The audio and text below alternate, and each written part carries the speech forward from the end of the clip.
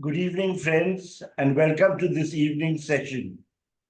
We have started a new online interfaith dialogue series on the topic, what is the importance given to the environment or to the earth in my religion? This is our second talk in the series. Our talks normally are on Saturdays from 6 to 7:30 p.m. Today, we will listen to the Jain perspective on our topic. Our speaker, Dr. Sunitha Jain, has been a guest faculty member of the at the University of Madras since 2011.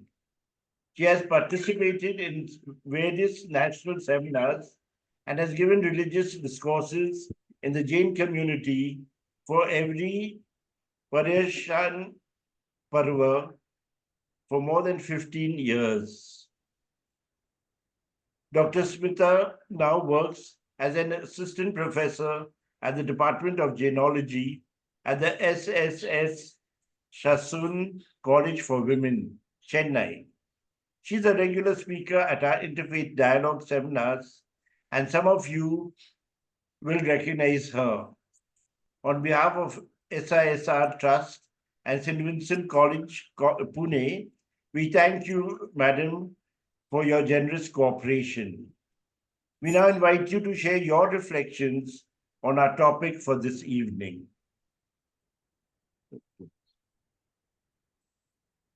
Thank you, sir. Thank you so much for giving me this opportunity to share my thoughts on Jain Perspective. Is my screen visible, sir? Yes, ma'am.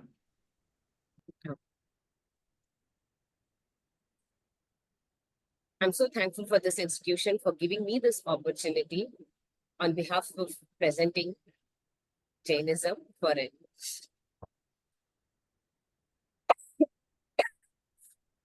The importance of nature or earth in Jainism. It's a very beautiful topic. As soon as when Sir discussed about this topic, I was so happy in seeing this topic and thinking about and start working on it. Because when we say nature or this earth,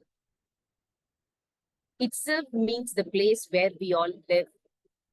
Every living beings, it's a hometown for everyone. So when we say nature, so this is the Mother Earth. It's a place of existence for all living beings. And this is the place where every beings want to live comfortably, happily, and seek all their comforts in it. This is the home for all living beings on the earth.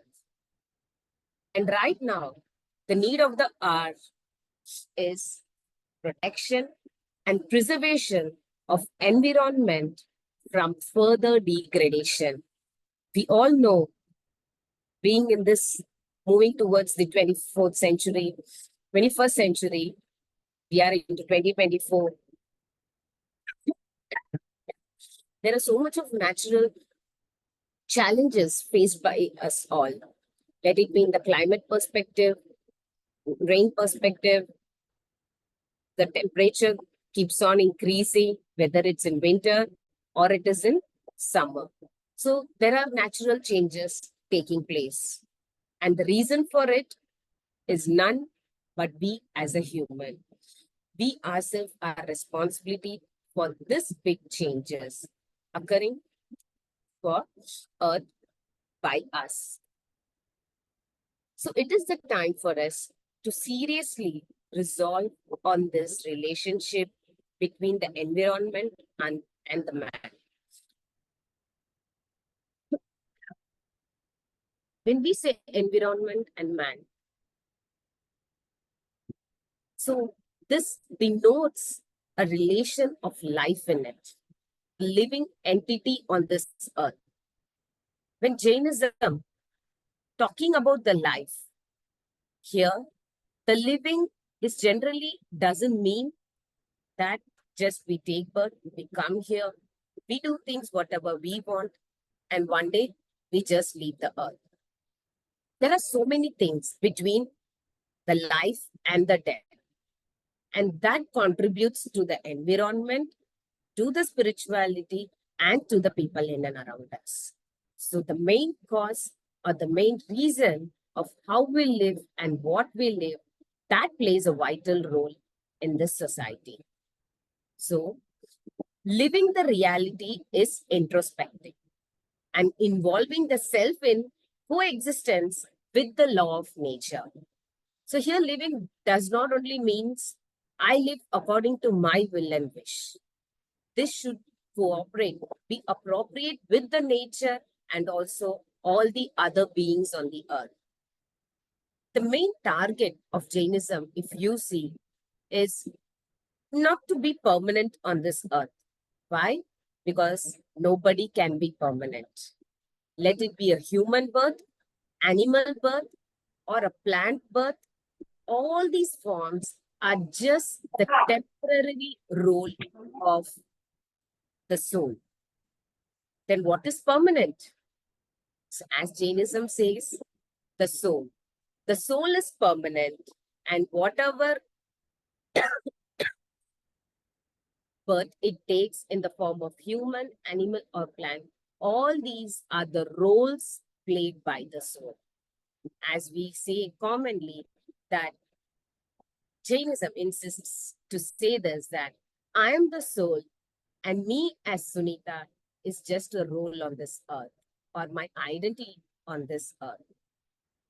So it becomes a great responsibility for each and every soul to be very careful while being on this earth.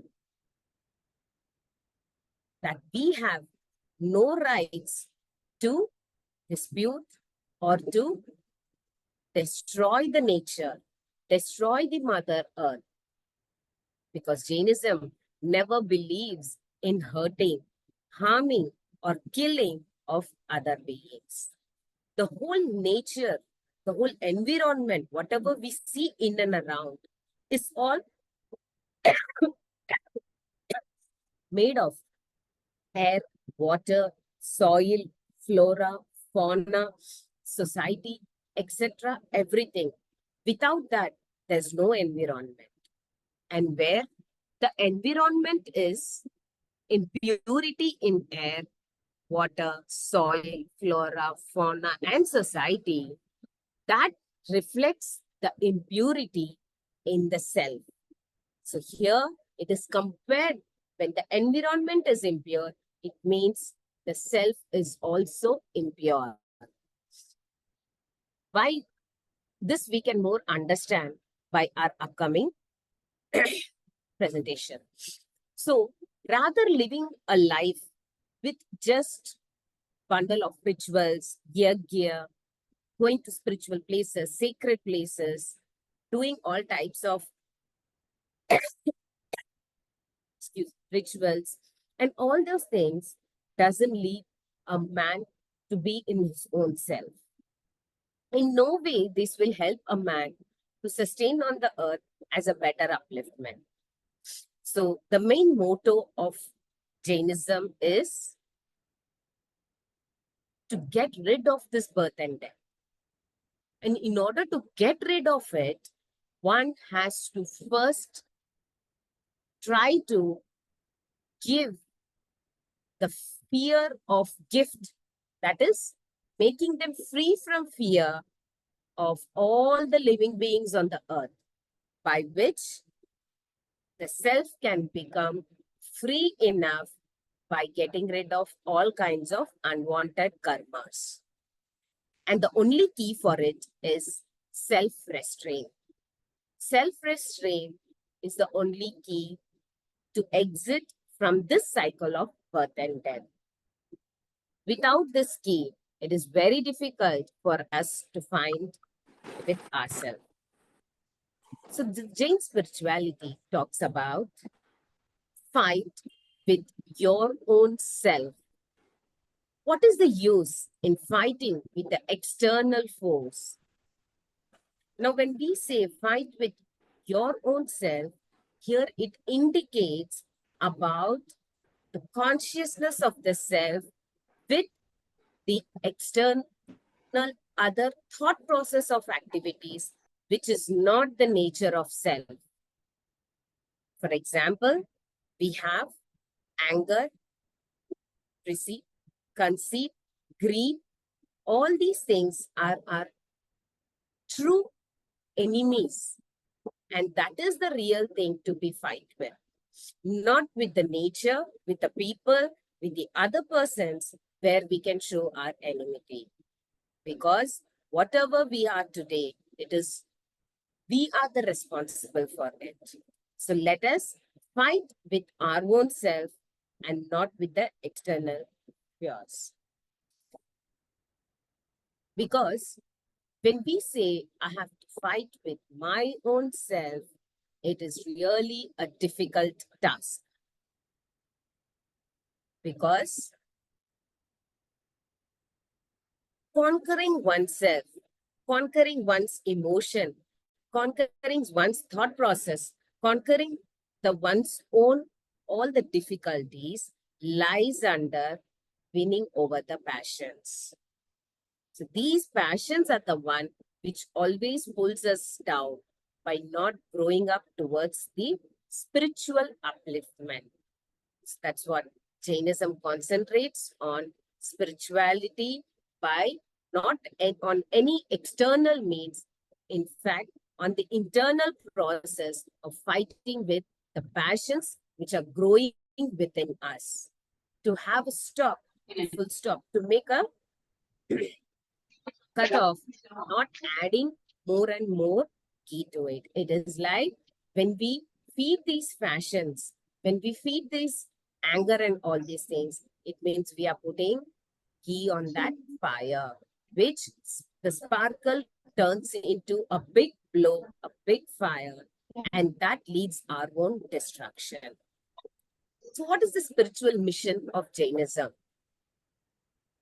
So Jainism says the right way to move on is managing the self, which does not contribute to any crisis. If one start managing oneself, then every individual on this earth has nobody to rule over it, nobody to govern it, and nobody to put some restrictions on it. This is how Jainism says that let us begin the change within ourselves, in the individual. That is the most enriching propriety what we can start with. So when we say managing the self, it first begins, it's like, charity begins at home. Same thing what we start here is there's no crisis, nothing to do big in the outside world. When we start managing, everything will resolve naturally. This helps things to happen in a natural manner. The same thing discussed in the Acharanga Sutra, the scriptural text of Jainism, which says, he who knows oneself comprehends everything, and he who comprehends all knows the one. So here, knowing oneself is the biggest aspect, and the one who has known oneself will know the whole world.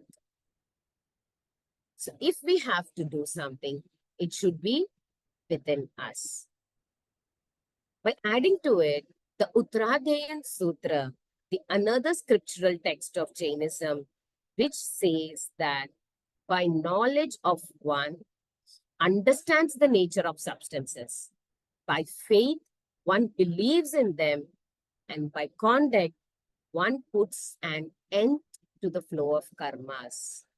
And by austerity, one attains to purity. So this is how the step-by-step process of managing the self goes on. So first we saw the key to it was the self-restraint, and then we came how to manage. And in the man-age, there are step-by-step process, which goes with knowledge, faith, conduct, and austerity. So these are the step-by-step process.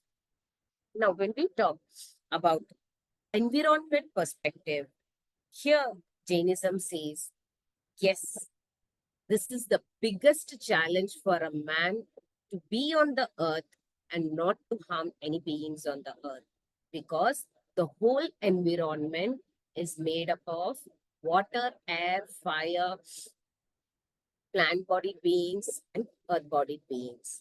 So all these consist of living beings existing in that. Even science has proved by that water has life in it, plants has life in it, air has life in it, and fire also has life in it. For this, the best example is in a vacuum, we can't light a fire. Why? Because there's absence of oxygen. So that oxygen itself proves to be the life in it. So where there is oxygen, there lights the fire. Where there is in water, you can see all the species, every kind of species living in it. And without water, none of the living beings on the earth can survive. So we all the beings, whether it will be a flora, fauna, any species on this earth, the man, the animals, the species, and the plants, all are interdependent on each other. So we as a human are lucky to born with sixth sense. Since we can understand that this is our superiority over other beings. This quality of superiority, when we have got, now it is the duty for us to take care of those other species, and also we can survive in a better way. So when we see from the spiritual perspective, Jainism always talks about two main persons. One is the Shravaks and second are the Munis. Munis are none but the ascetics. So the laymen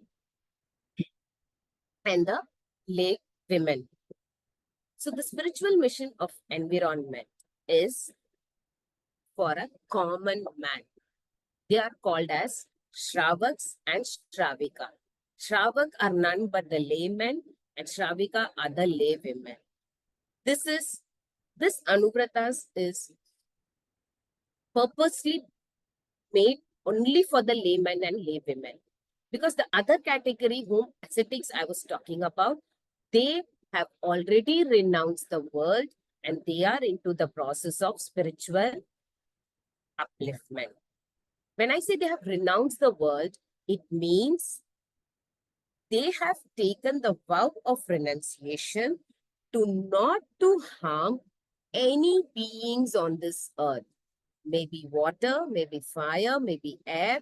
That is the reason we can find Jain monks, Jain ascetics, they don't use footwears, who are seriously in the path of spirituality. They don't wear footwears because to take care of the small beings on the earth. They don't have the water which is with life. So they only consume the water which is free from life. And that too, they go and get from the householder's home. That is the way of getting alms. So food and water is again free from life, what they consume. And then they also don't use any kind of electricity, any related to air, ventilation, artificially, nothing is being used by them. They completely restrain from it. That is the reason where the monks have steadfastly are being in that path of process of realization. So these monks, they have completely renounced. Now this we called as complete renunciation, where none, even a single being is being hurt or get feared by them. They have made all the other beings on the earth fearless. They can't pluck any flower, any plant, any leaf. They don't even touch that because they feel even plants have life in it. And if I go and touch or hurt, it's a pain for those beings. So they don't even harm the plant body beings. So this is how they don't even harm the earth-bodied beings, fire-bodied beings, and also the mobile and immobile beings. This is how the monks follow in their day-to-day life the complete renunciation. So here the monks have completely given up of carrying out any violence activities on any beings on earth. Now coming to the Shravak and Shravika. Now they are the laymen and women who sustain on this earth with their daily livelihood, which they can't give up like the monks. So they live the life of a human with partially following the path of liberation. This is the difference where monks follow it completely and the laymen and women, the Shravak Shravikas, follow it in a partial way. To sustain on this earth, it is very difficult to not commit any kind of violence. Because according to Jainism, as it is said, even plants, fruits, vegetables, all have life in it. So here, the Lord has, in Jainism, Lord Mahavira has said, it is difficult to sustain without any complete violence. So as a layman, we are allowed to consume just for our survival space. So that kind of violence on one sensed being is only allowed, not more than that. There are totally 5 sensed beings with mind. But here, for our survivance, we as a human are dependent on food for plants and that is fruits and vegetables. So there, they say, the scriptures also say that we are allowed to commit violence, but that too in a very limited aspect. It is not that we can do whatever we want because there are so many species on the earth. And it is of course sure that we can't consume everything. So there comes in the self-restraint. We have to restrain ourselves. We have to stick ourselves in not committing excess of violence. Only consume things how much is required, not more than that. Have a limitation on it. So that we also can survive and also allow other species to survive on this earth. That is how becoming eco-friendly to the environment. This Anuvratas includes of 12 types. These 12 Anuvratas is classified under 3 categories. First is 5 Anuvratas, then comes 3 Gunavratas, and then comes 4 Shikshavrats. Anuvratas is the origin of the consciousness. How we begin to be conscious towards ourselves. What are the basic requirements for it? That is covered under the Anuvratas. Then comes Gunavratas, which talks about the culmination of the consciousness, how we can improve on it, how we can work on our consciousness. And last comes the Shikshavrat, which teaches us to preserve the consciousness in a right way so that we reach our goal. We reach towards the spiritual upliftment. That is how the Anuvratas are designed accordingly. Now, when we talk about Anuvratas, it says,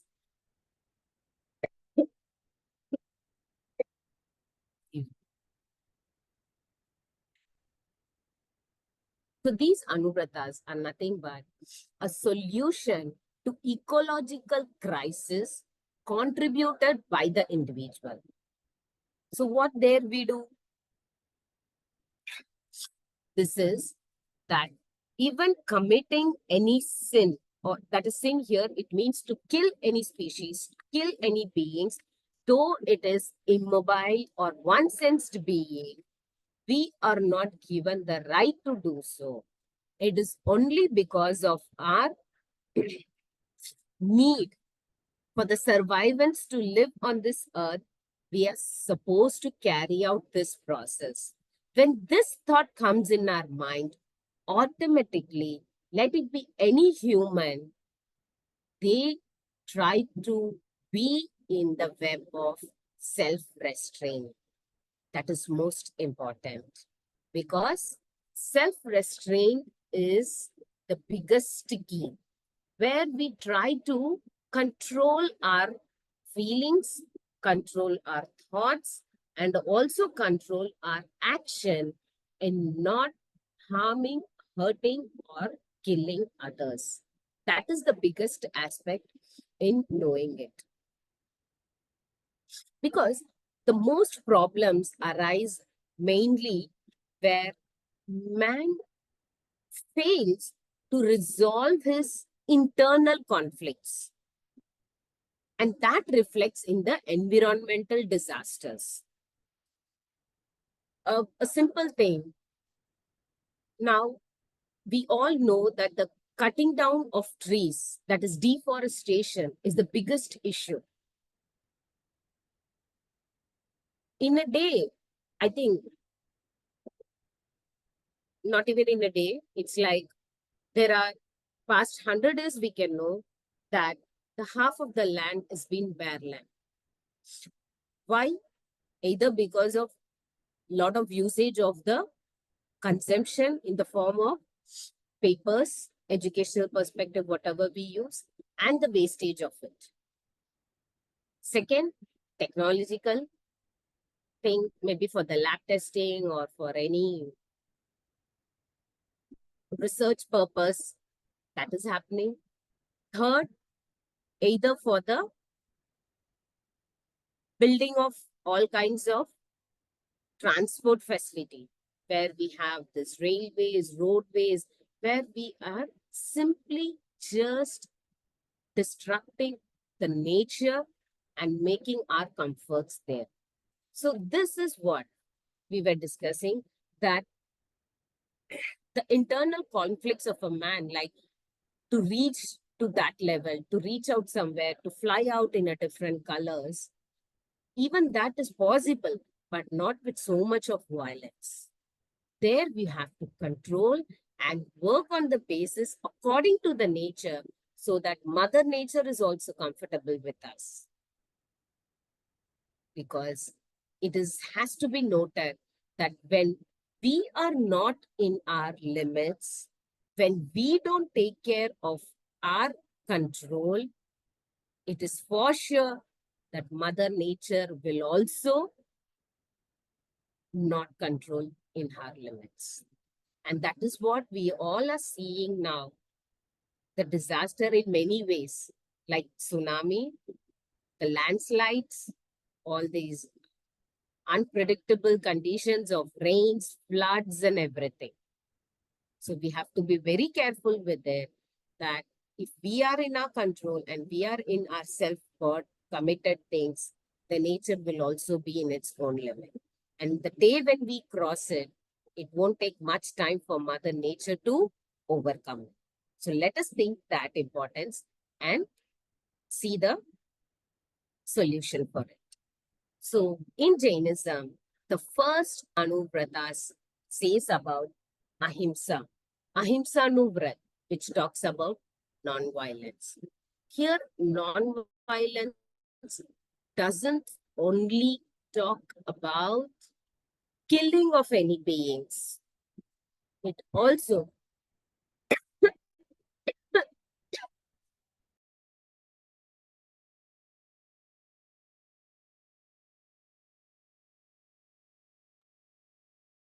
one second.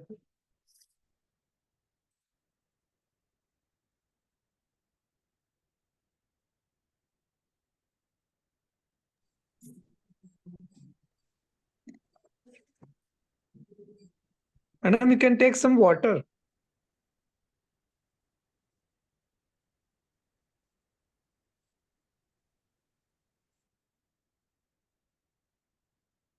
Yes, sir. 1 second.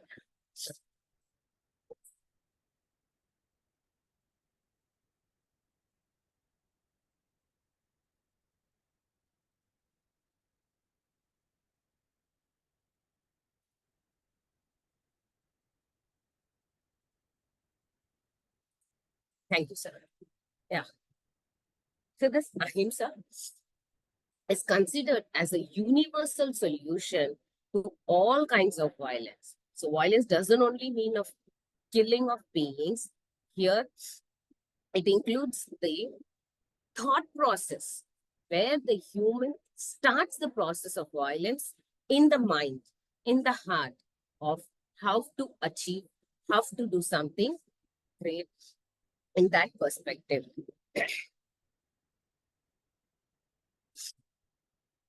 Even the thought process in it, when we discuss, it talks about the exploitation of any species, any disaster on this earth. For example, when we say like the bigger challenge of nowadays is the war, the attack, any country between any two countries and doing this. And there's a very ancient example we have in front of us when this attack of Hiroshima and Nagasaki we had. So it was that nuclear bomb. So the explosion of nuclear bomb was very later. But when this thought came in the human mind of creating any such disaster thing, of that itself is the where violence begins. So the stepping stone is not the product, it's the thought for that product itself is the stepping stone for any violence activities. And that is what it called as Ahimsa.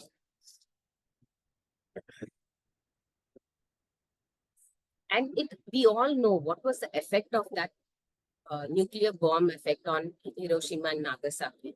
For so many, even I think, even now, the people who are taking birth over there, every human being has some or the other defects or problems.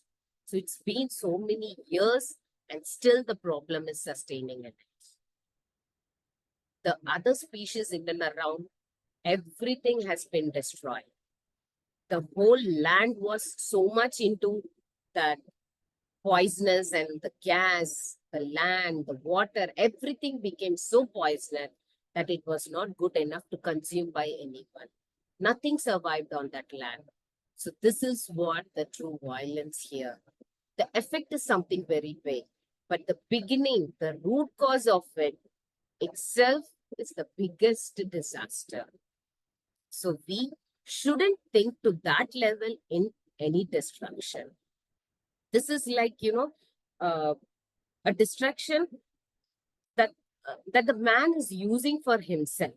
He thinks that it is not for me, but actually first distraction is for himself, where he is going away from the path, away from his own consciousness and doing all unwanted or maybe illegal things which is not promoted by any mankind. Like this, we have many things, mass weapons like Vietnam War, Gulf War, Kargil War, and then recently we had this Iraq and even where Russia and everybody came in, and that was a big war which continued for so many days. And still there is no proper solution for it. So this is all nothing but killing our own mankind. What kind of environment we are creating? Is it to destroy everything? No. Jainism never ever talks about it. It always says to first restrain yourself, control your thoughts, control your emotions, where you doesn't create such situations to forego. So here, violence, corruption, exploitation of nature and humans are flourishing round the globe. We all know that Himsa is the order of the day in the world where material values reign supreme. So when the human, now this kind of violence thoughts, when does it strikes the person's mind? It is due to just this materialistic importance. When he considers the money or the wealth to be the prime importance, then he involves in such kind of destruction, devastation, and start destroying the whole world. So here, Lord Mahavira says that non-violence is the biggest weapon to safeguard our own self, also the other beings, and the environment, which is the biggest gift towards the universe, what we give. So people should open their eyes and mind towards the Samyak Gyan, the right knowledge and knowing what is the right thing to be done. They should realize the universal truth that every religion on the world teaches non-violence. It is not only that Jainism, everywhere we can see that some or the other way, maybe the ways are different, but everyone teach about non-violence. And that is what the ethical discipline also is considered an important and sacred aspect. Through this ethical discipline only, one can apply or imply in their day-to-day aspect. So here the doctrine of Ahimsa, forms the crux of Jain ethics and social thoughts. Ahimsa is the cardinal ethical principle of the Jains. That is what we talk about here as Ahimsa Parmo Dharma. When we say dharam, it not only related to a particular religion or a ritual. What is the prime consideration for it?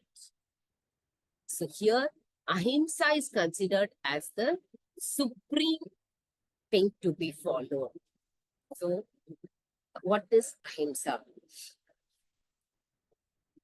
This Ahimsa is considered to be in oneself, to control the thought of not even harming others, hurting others, to be in one's own limit. That is the prime motto of Ahimsa. This itself, the thought of non-violence itself, we have also seen, right? The lively example of Mahatma Gandhi. Through Ahimsa, through Satyagraha, these were the two biggest weapons for Gandhi to fight for this freedom of India.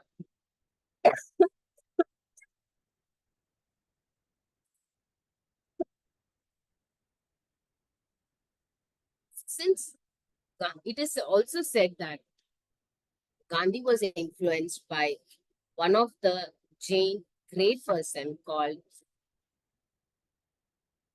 Srimad Rajchandra. In that period, he was the one to show him the path about the Ahimsa, about the non-violence, where he learned a lot of things from him. And that has created a great impact in the life of Gandhi. And that is what reflected in his life history.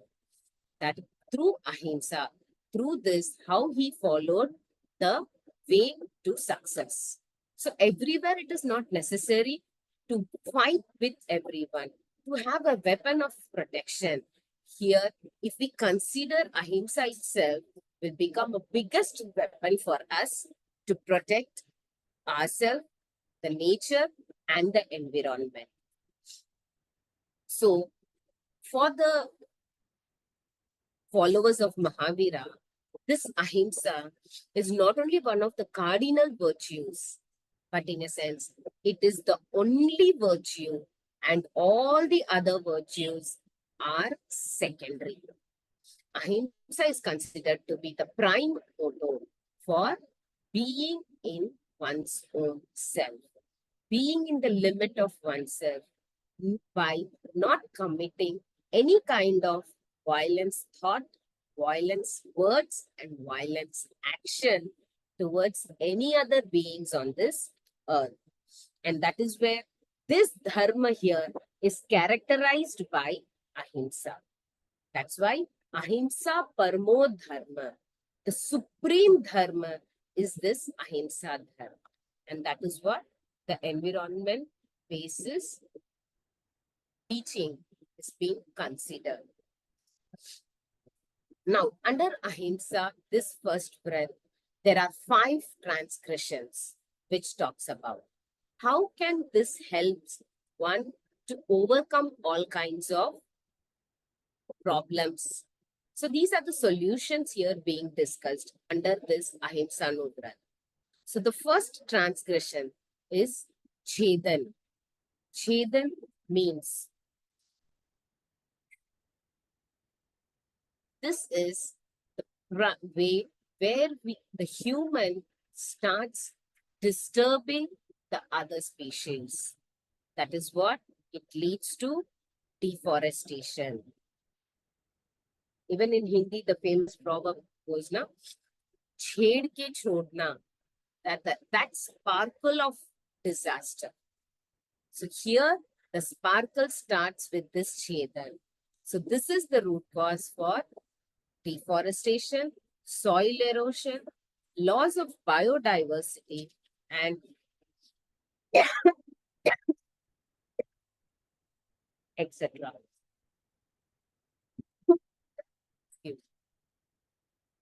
So here Chedana involves in torturing of plants, animals, the 5 elements just for one's pleasure and comfort of man. Let it be in any form, like the chopping of any parts of a living entity. For example, nowadays it is so famous when we go for marriages or anywhere, the vegetable carving is becoming a big event in every marriages. What is this vegetable carving? The vegetable itself is a life in it. Just for our attraction, our comfort, we cut down those vegetables in different ways. We get so happy by seeing it. Oh, in what form we have decorated it. It's really a good thing to add on to it. It's like a cherry on the cake. But actually, what is it? All these beings, one sense beings in those vegetables are getting hurt. They're feeling so sad and bad that for no reason they have been cut in parts.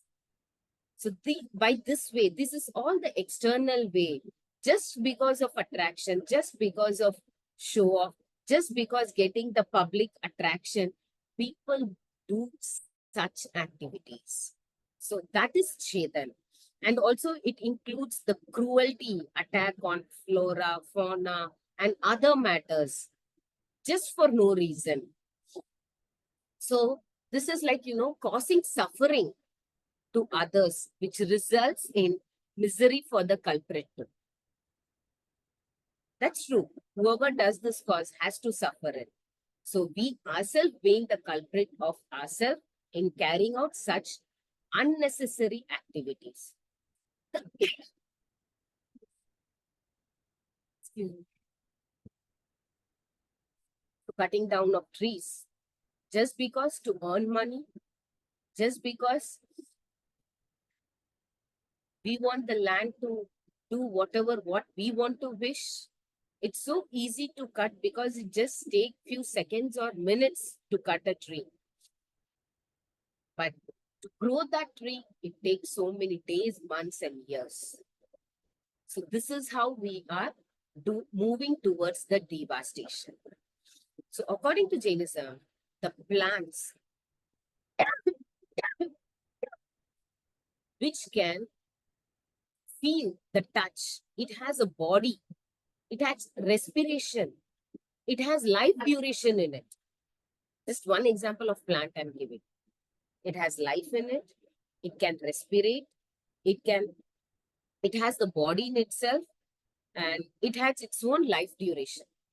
So that itself proves that this also has life in it.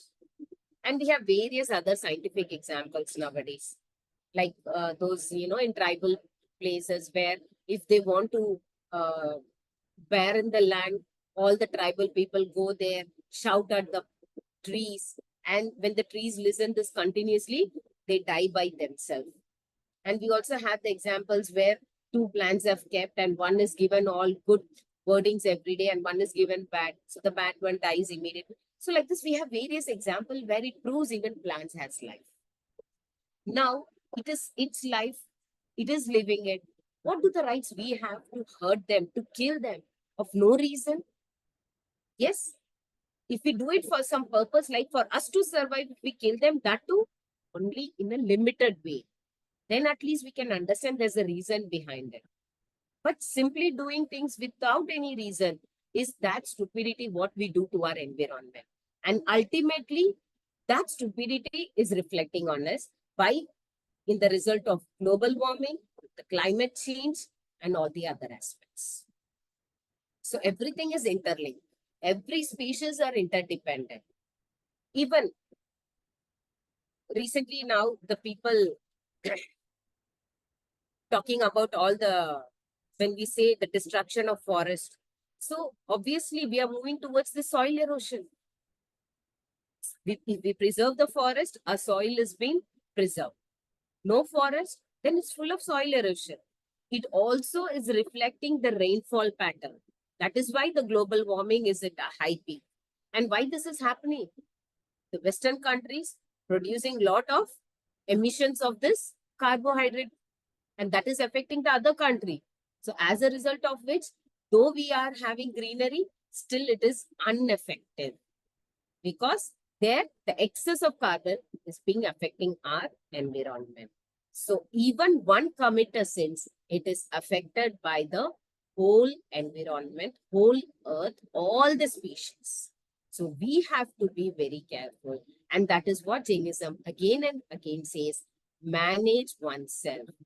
We can't sit and have a management over all the other people.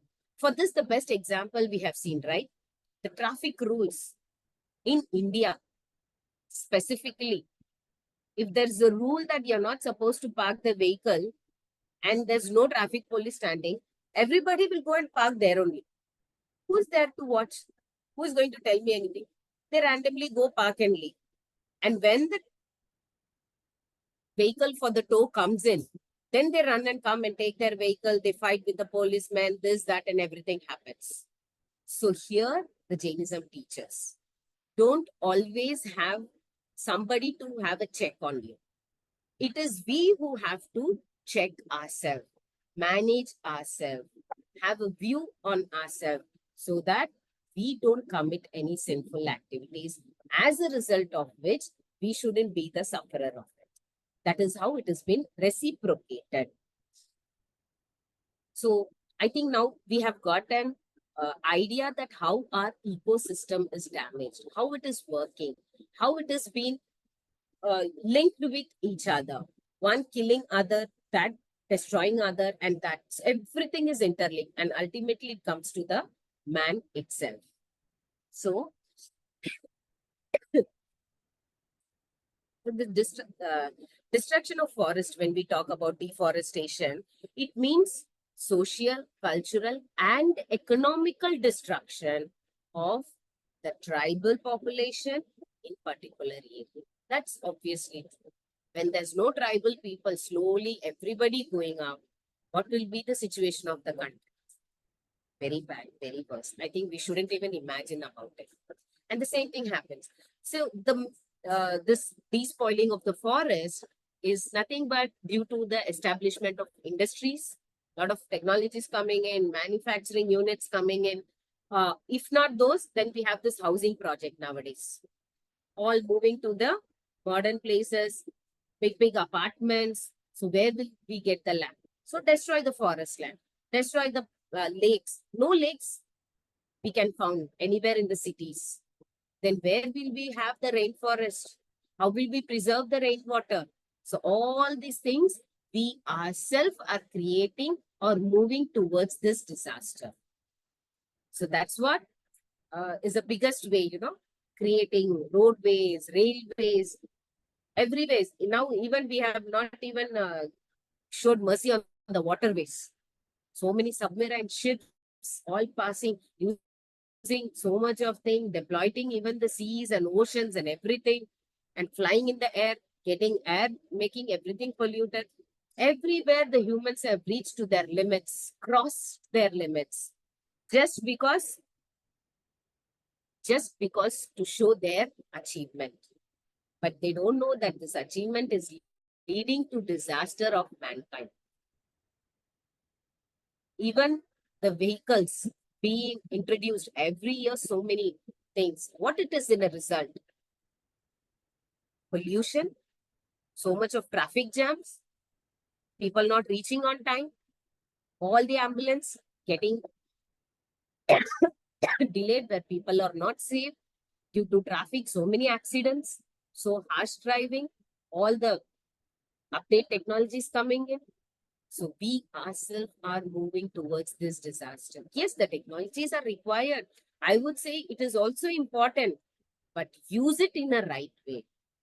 Use it in a limited way so that we also being blessed to have it and use it and save it. That is the biggest thing. So this was about Chedan. Next, moving on to the Bandhan.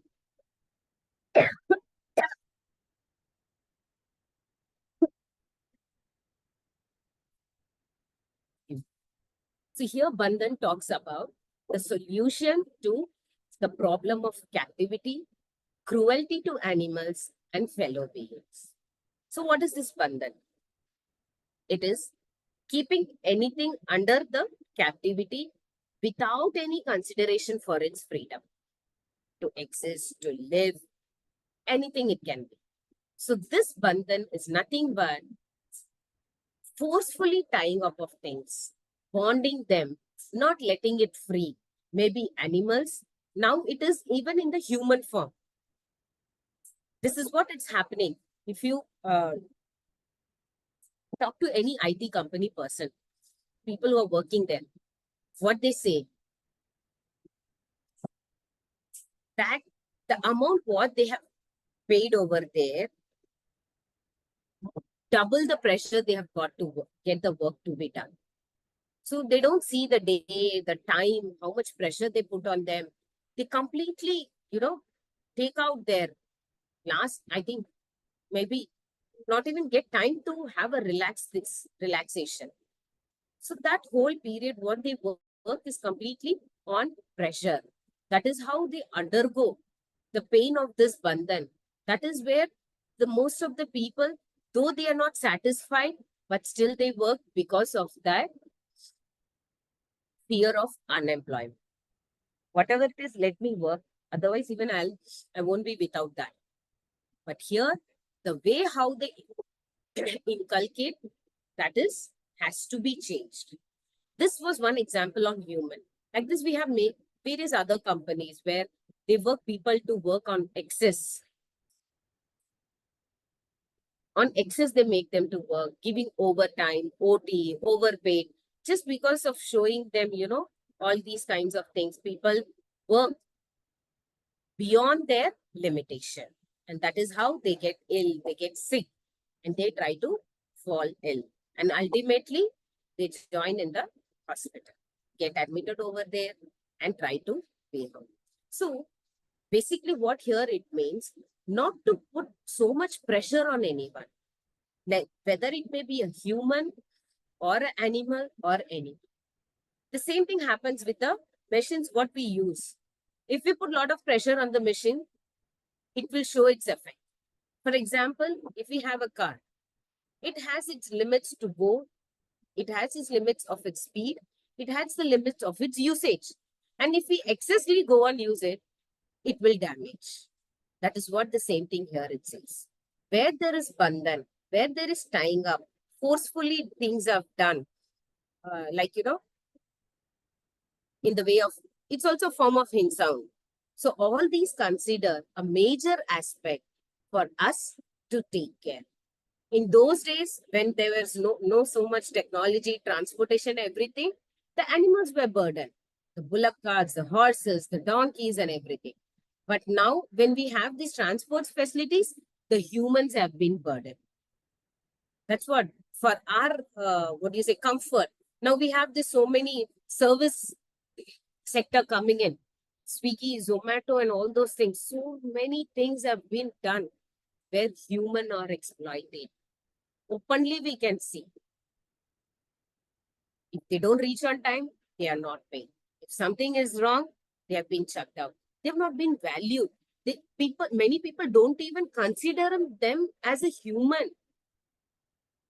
We don't know the whole day where all they are keep on running on their toes, on the bikes, moving from one place to another. The climate, they don't see, have the food, water, nothing. They are just starving and they are running whole day. And once they reach, if they are not in the good condition or something, what we expect, we just throw our tantrums to that. Poor fellows, where will they go? That is what the human deploytation is coming in. This is what the Jainism here teaching us. That try to limit this bandhan. It's better to give up of. That's why even in the food aspect, if you see, people are running behind just their taste buds. What's happening? All the industries which are packed food, which is of no nutrients, just because of their taste, people blindly buying them, having them, and suffering it.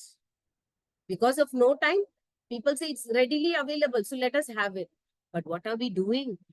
Those ready things, those tastes are attracting us, by which we are affecting our own body system. That is the reason. I know so many cases we have come across in those televisions, newspapers, social medias, that today this child has dead. Why? Just because of eating junk food. Today this child has gone. It has happened. He has been 3-year child, 5-year child, parents not getting time to take care of child. They are giving so much junk food to the child, outside food, packed food, everything. And ultimately for whom we as a parent running, the child itself is gone. What is the purpose of living such life? Why to run behind so much? Take a break. Think about it. What are we doing? If we don't have to take care of our children, then what is the point of working so much? For that, we should limit ourselves. Create a limitation. How we can do? Start taking care. If not, we keep so many nannies to take care of our children. And then we come to see in our videos and cameras that these nannies are actually exploiting our kids. Then what is the point of having such people? When we, as a human, can't take the responsibility of our own children, of our own family members, what is the point of doing everything? This is globalization. This all culture we have learned from westernization. Where in their culture it is okay, if kid is above 18, they can get out of the house and do whatever they want. But our culture doesn't teach us it. Our culture every time talks about giving good thoughts, good deeds, good sanskar to our kids, to our children till they live with us. This talks about unity. This is what we teach here. And that unity will help us to sustain on this earth. That is what taking care of each one. That is what taking care of the environment. Taking care of the environment is taking care of the other species of life on this earth. This is the main thing we are supposed to take care. This is how we involve things coming together, being as one family on the earth. This is how beautifully the Jainism teaches us. Dr. Yes. Sunitha, time for clarification and questions. Yes, sir. I'll just 5 minutes, I'll finish this and I'll give the time for questions. Yes, please. Yes. So next, moving to Pidan. There are totally 5 atichas under Ahimsa no. We saw 2. The third one is Pidan. Pidan is again taking over the role of monopoly, dominance, and inhuman behavior with other beings, with animals, with other species. So these things has to be controlled.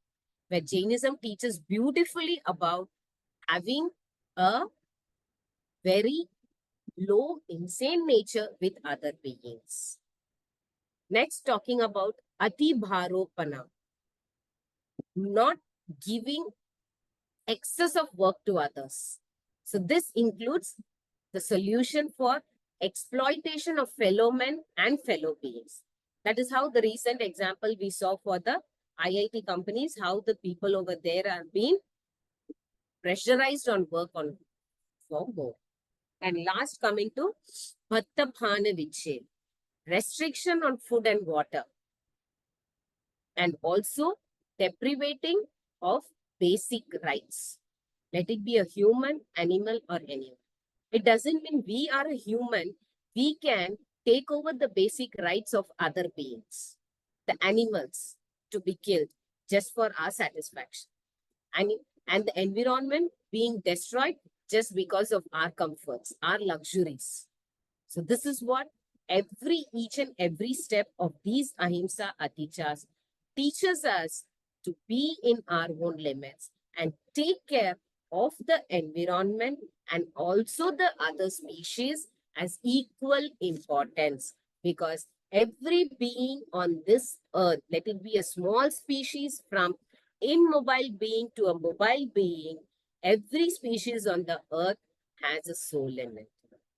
And each soul has the right to live. And we don't have any rights to kill or harm or deprive the basic rights of each being. So this is what Anubratas are teaching us in order to help ourselves and also to keep the environment safe and secure. So these are the other 4 vratas: Satya, Acharya, Brahmacharya, and Aparita. So these are the solution which are listed on the screen. We can just go through. So Satya is a solution to distrust and insecurity. Acharya is a solution to corruption and exploitation of natural resources, whereas Brahmacharya is a solution to gender inequality and all emotional atrocities. And last comes Aparigraha, which is non-possession, is the solution to poverty, economic and social inequality and unequal distribution of resources at global level. And that is the solution to rich becoming richer, poor becoming poor. So by this, we come to the conclusion of the session that how Jainism plays a vital role in giving importance to the environment as a nature by considering each and every species, every beings as equal soul.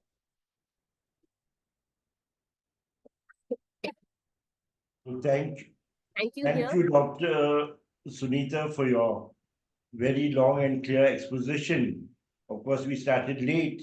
I invite anyone who would like to ask for clarifications or raise their questions. Maybe I have a doubt or maybe a concern on the environment. So can you just throw light on how Mahavigai described in Jainism helps to save our environment? How? Mahavir. Mahavigai. Okay. Five Mahavigai. Yeah. Vigai are only 5. Mahavigai are only 2. So Mahavigai comes under honey and butter. Honey, where it is considered again as non-acceptable by the Jains. Jains, if you see majorly, don't consume honey. Why? Because the honey is being derived or deprived from the honeybees, though it is from the honeycomb, but still it is considered. Nowadays, we have a lot of technology where all the bees are taken out. But actually, the honeycomb is what? It consists of eggs in it. And through the deployation of those queen and those eggs and the beings, actually these bees, they collect the honey for their own purpose to survive. But what we do, we just steal it from them. That is Acharya. And that is how it is said to be as Mahavige, that we have no rights to consume honey. Second comes in the butter. Now, butter, if you see, like it has some period of time where it is free from life. Once it is churned from the curd and it is taken out from the buttermilk, it is said that this butter to be consumed within 48 minutes. After 49th minute, what happens is, if we check under the microscope, there are infinite microorganisms taking birth in it. And that is why it comes under the category of Mahavige, and it is not advised for a Jain to consume honey and butter since they are Mahavige. Okay, thank you. Welcome. Ma'am, can you stop sharing so that they can be visible? Sure. Yeah. Anyone else would like to ask a question or clarification?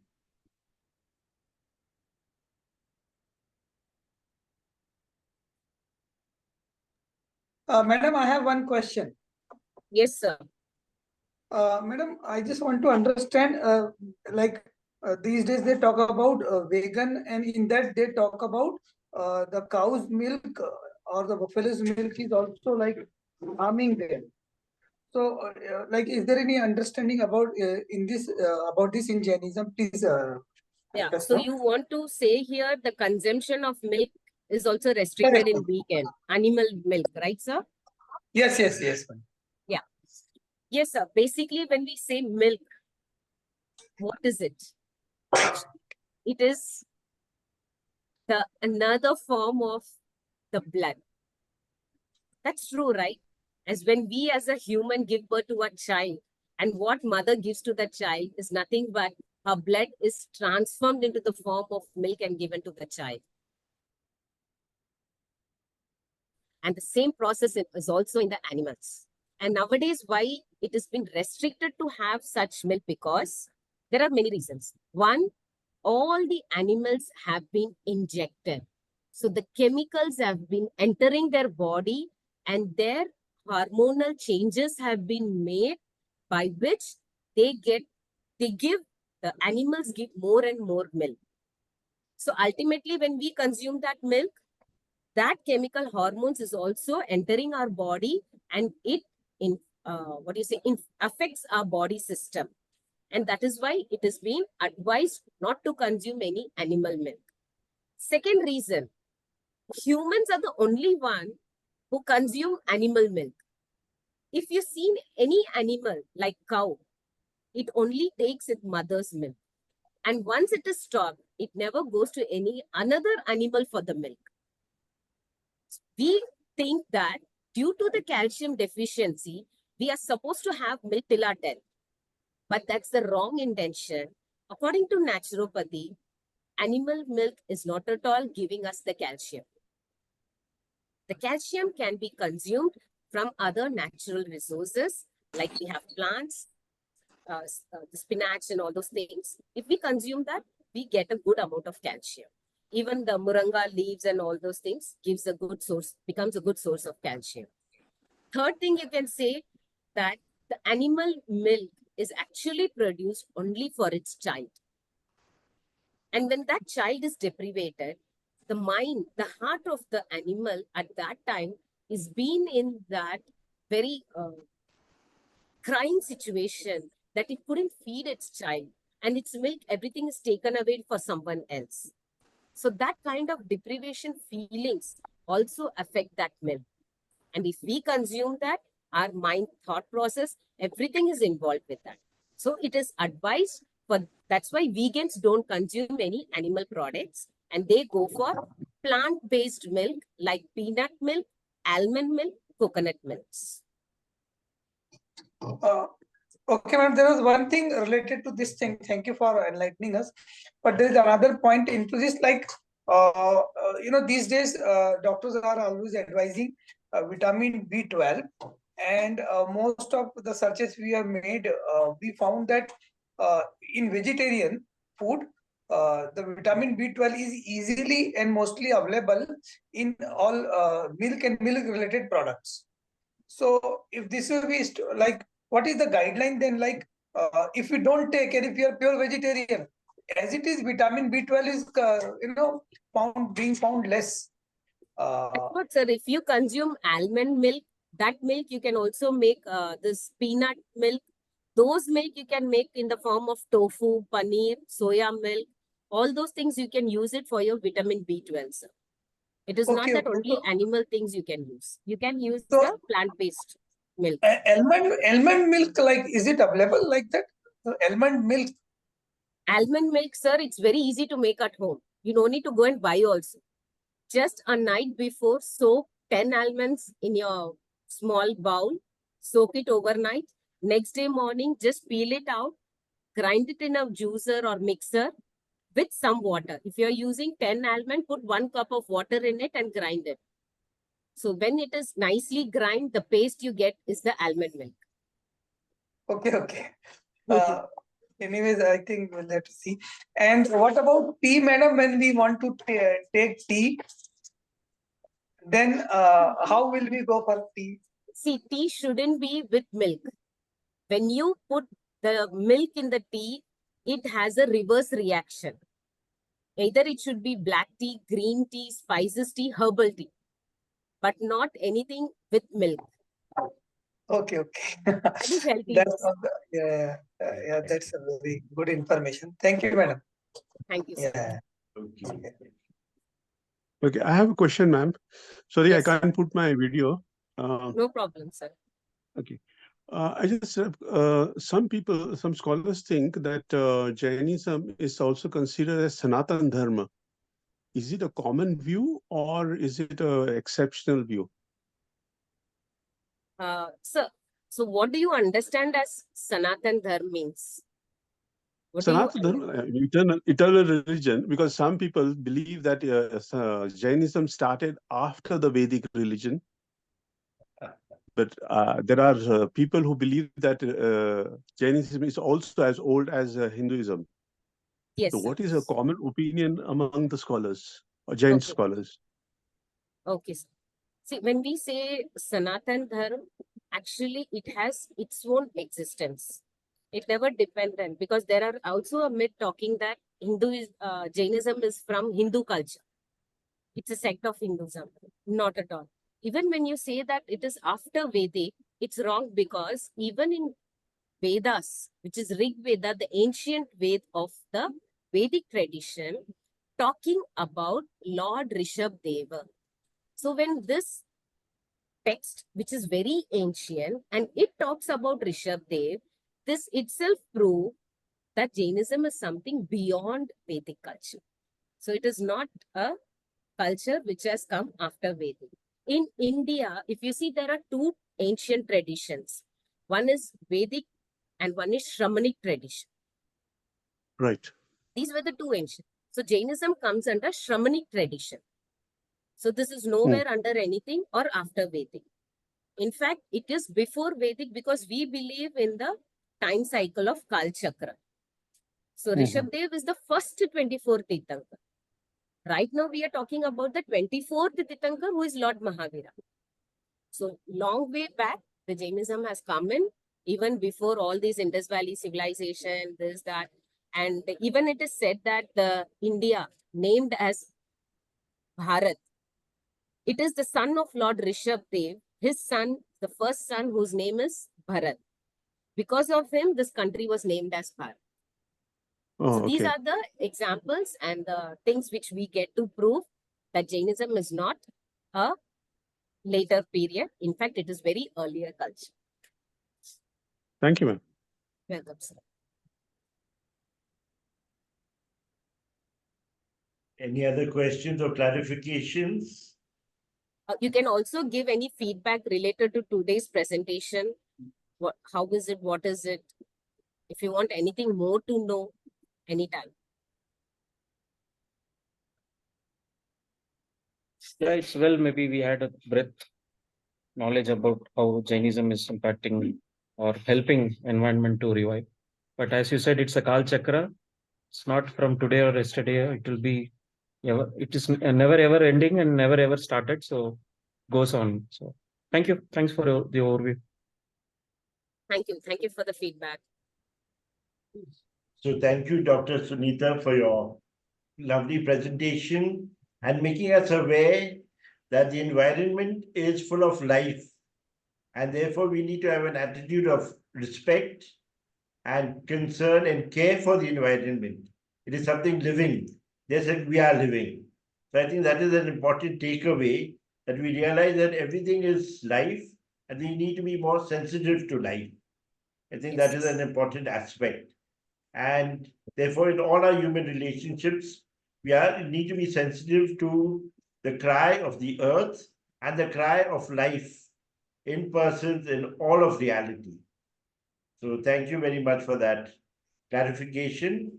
And also, I think, your very practical tips, on how to make different things, etc. I think a little bit of Ayurvedic or kind of guidance was good. It opens our eyes to other aspects of life where what we learn, it should be put into practice. Yes. Thank you for all of that. Okay, and thank you for taking up the course talk today in spite of your cold. Thank you. Our Thank next you so talk, much, sir. our next talk will be on the 28th. So next week we won't have anything. Next week is World Peace Day, and may we all become messengers of peace as we go about our world, our work. On the 28th, we have Dr. Mahesh Devkar, who is head of the Pali and Buddhist Studies at the Pune University. So he will talk from the Buddhist perspective on this topic. I think both Jainism and Buddhism are part of the shamanic culture of the Indian tradition. So it will be worth learning another view. So thank you. Good night to all. Thank you all those who participated. And thank you, Gilby sir, also for always being available in spite of NAC pressures, because next week they will be getting ready for NAC. So I would like to thank you, sir, for giving me this opportunity to present. I'm so glad that you have given the first preference to me for this under Jainism. I'm so happy for it. Thank you so much, sir. And I also thank all the audience for patiently listening to it and giving me this opportunity to talk and share and discuss my thoughts here. Thank you so much, everyone. thank you and good night to one. Thank you, ma'am. Thank you, everyone. Thank you, ma'am. Thank you. I request you all, those who are not able to attend, your friends or relatives or anyone, we have the YouTube channel.